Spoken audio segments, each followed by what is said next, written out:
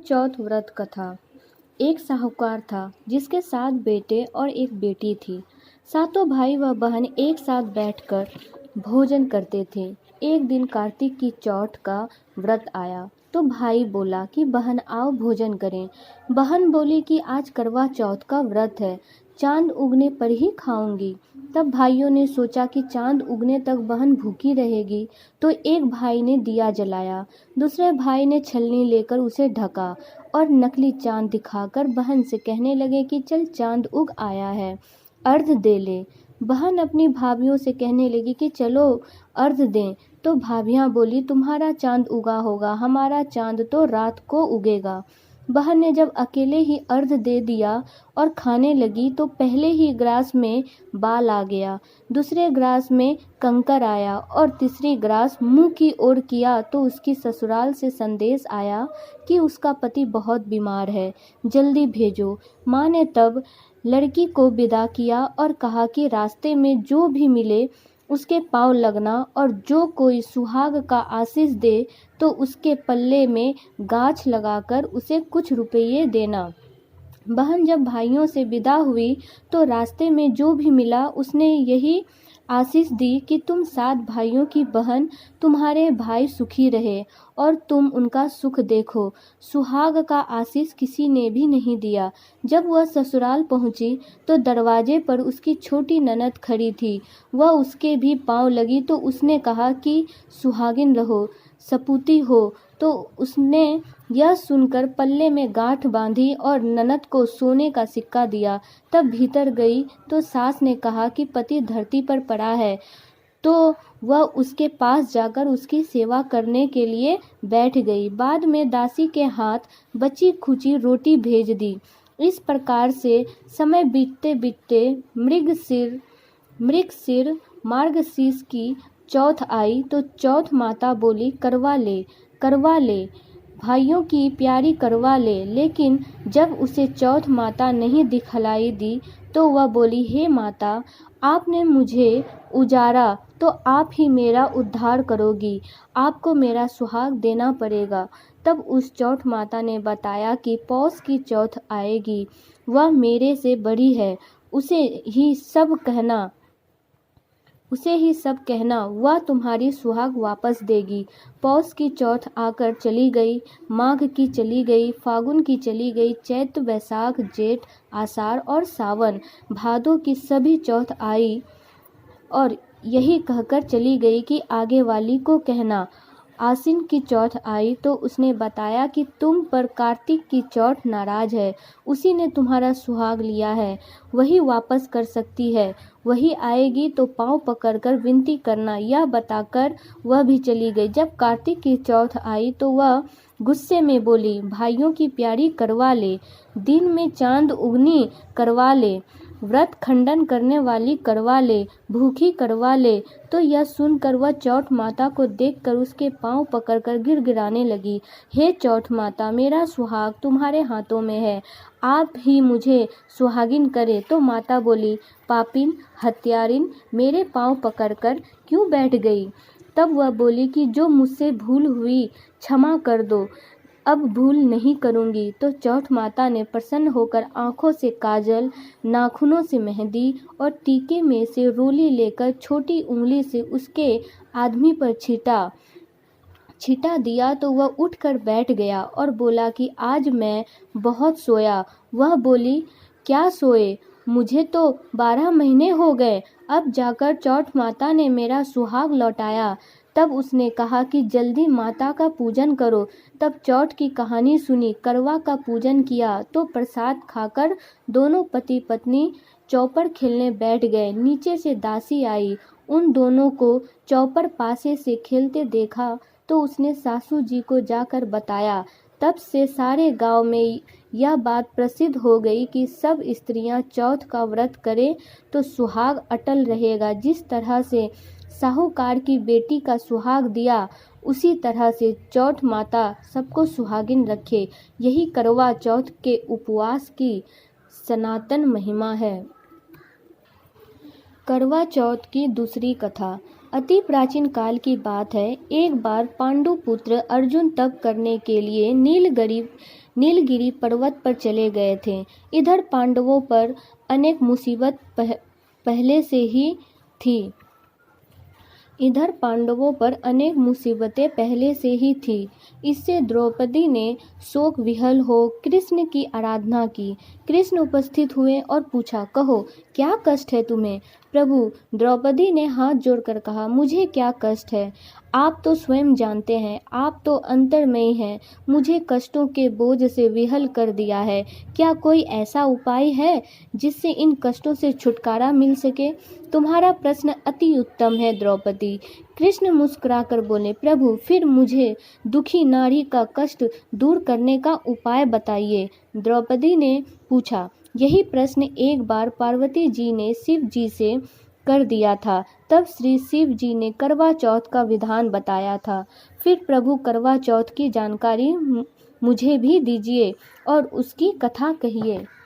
तब कृष्ण ने एक पल सोचने के बाद कहा, दुख सुख जो सांसारिक माना जाता है, प्राणी उसमें सदा ही लिप्त रहता है। मैं तुम्हें अति उत्तम करवा चौथ व्रत की कथा सुनाता हूँ, इसे ध्यान से सुनो। प्राचीन काल में गुणी विद्वान धर्मपरायण एक ब्राह्मण रहता था।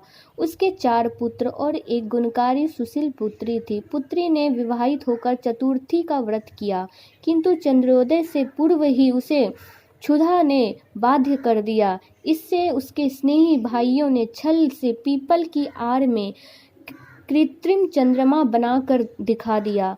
लड़की ने अर्धदेह भोजन कर लिया। भोजन करते ही उसके पति की हृदय गति बंद हो गई। इससे दुखी हो उसने अन्न जल त्याग दिया। उसी रात्रि में इंद्राणी भू विचरण करने आई। ब्राह्मण पुत्री ने उससे अपने दुख का कारण पूछा। इंद्राणी ने बताया, तुम्हें करवा चौथ व्रत में चंद्र दर्शन से पूर्व भोजन कर लेने से यह कष्ट मिला है। तब उस लड़की ने अंजलि बांधकर विनय की कि इससे मुक्त होने का कोई उपाय बताइए। इस पर इंद्राणी ने कहा, यदि तुम विधि पूर्वक अगली करवा चौथ का व्रत करो तो तुम्हारे पति पुनः जीवित हो जाएंगे। कन्या ने ऐसा करने का वचन दिया तो उसका पति स्वस्थ हो गया। इस प्रकार उस कन्या ने वर्ष भर प्रत्येक चतुर्थी का व्रत किया और अनंत अखंड सुहाग प्राप्त किया। श्री कृष्ण ने कहा, हे द्रौपदी, यदि तुम इस व्रत को करोगी तो तुम्हारे सभी संकट टल जाएंगे। इस प्रकार द्रौपदी ने यह व्रत किया और पांडव सभी क्षेत्रों में विजयी हुए। इस प्रकार सौभाग्य, पुत्र पौत्रादि और धन धान्य के इच्छुक स्त्रियों को यह व्रत विधि पूर्वक करना चाहिए। इस व्रत में भगवान शंकर की आरती की जाती है। तीसरा करवा चौथ व्रत कथा। एक ब्राह्मण परिवार में 7 बहुएं थीं। 6 बहुओं के मायके वाले बहुत अमीर थे। इसी कारण ससुराल में उनका बड़ा मान था, परंतु छोटी बहू के मायके में कोई ना था। वह घर का सारा काम काज करती, सबकी सेवा करती, पर कोई भी उससे प्यार नहीं करता। सभी दुत्कारते रहते। तीज त्योहारों पर भी जब उसके मायके से कोई ना आता तो वह बहुत दुखी होती। हर वर्ष की तरह इस वर्ष भी करवा चौथ का व्रत आया। अन्य बहुओं के मायके से उनके छोटे भाई करवा लेकर आए, पर छोटी के मायके में यदि कोई होता तो करवा लाता। सास भी छोटी को ही खरी खोटी सुनाती थी। वह दुखी हो घर से निकल पड़ी और जंगल में जाकर रोने लगी। एक नाग बहुत देर से उसका रोना सुनता रहा। अंत में वह अपने बिल से निकल गया और छोटी बहू से पूछने लगा, बेटी क्या बात है, तुम रो क्यों रही हो? छोटी बहू बोली, आज करवा चौथ है, मेरा कोई भाई नहीं है। यदि मेरा कोई भाई होता तो आज जरूर करवा लेकर आता। नाग को छोटी बहू पर दया आई। नाग ने कहा, बेटी तुम घर चलो, मैं सभी करवा लेकर आता हूँ। थोड़ी देर बाद नाग ससुराल पहुँचा। ससुराल वाले इतना सामान देखकर चकित हो गए। सास भी प्रसन्न हो गई। सास ने प्रसन्न मन से छोटी बहू को नाग देवता के साथ भेज दिया। नाग देवता ने छोटी बहू को अपना सारा महल दिखाया और कहा, जितने दिन चाहो आराम से रहो, मन चाहा खाओ, मन चाहा पहनो। एक पर एक बात याद रखना, सामने रखी नाद कभी मत खोलना। छोटी बहू सारा समय महल में आराम से काटती, पर नाद के बारे में उसकी उत्सुकता बढ़ती जाती। एक दिन जब घर में कोई ना था, उसने नाद को उठाकर देखा तो हजारों छोटे छोटे सांप के बच्चे इधर उधर रेंगने लगे। उसने जल्दी ही नाद को ढक दिया। जल्दी में एक सांप की पूंछ नाद के नीचे आकर कट गई। शाम को नाग के आने पर छोटी ने अपनी गलती स्वीकार कर ली। नाग ने भी उसे क्षमा कर दिया। जब छोटी ने ससुराल जाने की इच्छा की तो उसे धन रत्न आदि देकर विदा किया। छोटी के ससुराल में अब उसकी बड़ी इज्जत होने लगी। जिस सांप की पूंछ कटी थी उसे सभी बंडा कहकर तंग करते। एक दिन उसने अपनी माँ से पूछा कि मेरी पूंछ कैसे कटी है। माँ ने कहा कि छोटी बहू के नाद उठाने और जल्दी में रखने में ही तुम्हारी पूंछ कटी है। तो वह बोला कि मैं छोटी से बदला लूँगा।